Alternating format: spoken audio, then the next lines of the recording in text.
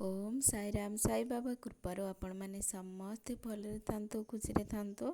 ଆଜିର ସାଇ ସନ୍ଦେଶରେ ବାବା କହୁଛନ୍ତି, ସବୁବେଳେ ମନକୁ ଶାନ୍ତ ରଖ, ମନକୁ ସ୍ଥିର ଆଉ ଖୁସିରେ ରଖିବା ପାଇଁ ଚେଷ୍ଟା କର।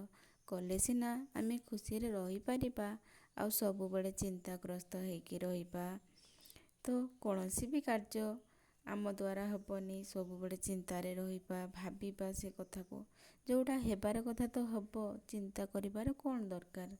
କାହିଁକି ନା ଯାହା କରିବା, ଯଦି ଏସବୁ କରିବା ତେବେ ଆମେ କେମିତି ଆଗକୁ ବଢ଼ିବା କୁହ? ଛୋଟ ଛୋଟ କଥାରେ ଅଶାନ୍ତ ହେବା।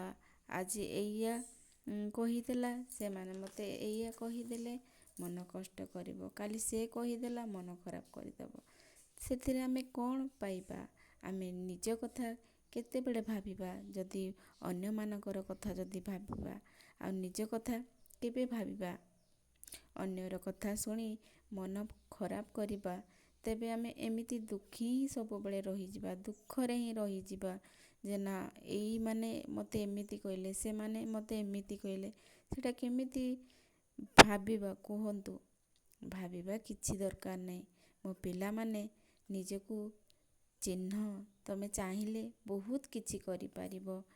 ଯଦି ତମେ ଯେଉଁ କାର୍ଯ୍ୟକୁ ନିଷ୍ଠାର ସହ କରିବ ନା, ତେବେ ଥରୁଟେ ଚେଷ୍ଟା କର। ତୁମକୁ ସାହାଯ୍ୟ ମୁଁ କରିବି, ଆଉ ତୁମକୁ ସାଥିରେ ମୁଁ ରଖିଛି ନା।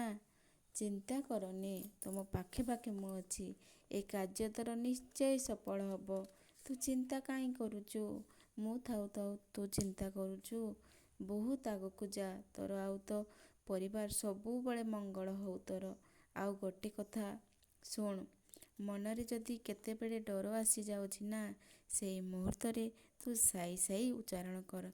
ଦେଖିବୁ ସେଇ ମୁହୂର୍ତ୍ତ ତୋ ପାଇଁ ପୁରା ସୁରୁଖୁରୁରେ ଭଲରେ ଯିବ। ବିଶ୍ୱାସ ରଖ ମୋ ଉପରେ।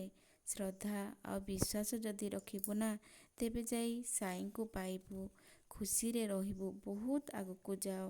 ତମର ସବୁବେଳେ କଲ୍ୟାଣ ହଉ। ଆଉ ତୁ ଚିନ୍ତା କରନି, ତୁ ପର କଥା ଧରନି। ତୁ ଆଗକୁ କେମିତି ବଢ଼ିବୁ ସେଇଆ ଦେଖ। ଦେଖିବୁ ସବୁ ଭଲ ହିଁ ହେବ। ଆଉ ସବୁ ଯେ ଯାହା କହିଲେ ନା, ମୋ ଉପରେ ଛାଡ଼ିଦେ। ମୁଁ ତାଙ୍କୁ ଉଚିତ ଶିକ୍ଷା ଦେବି। ଓମ୍ ସାଇରାମ।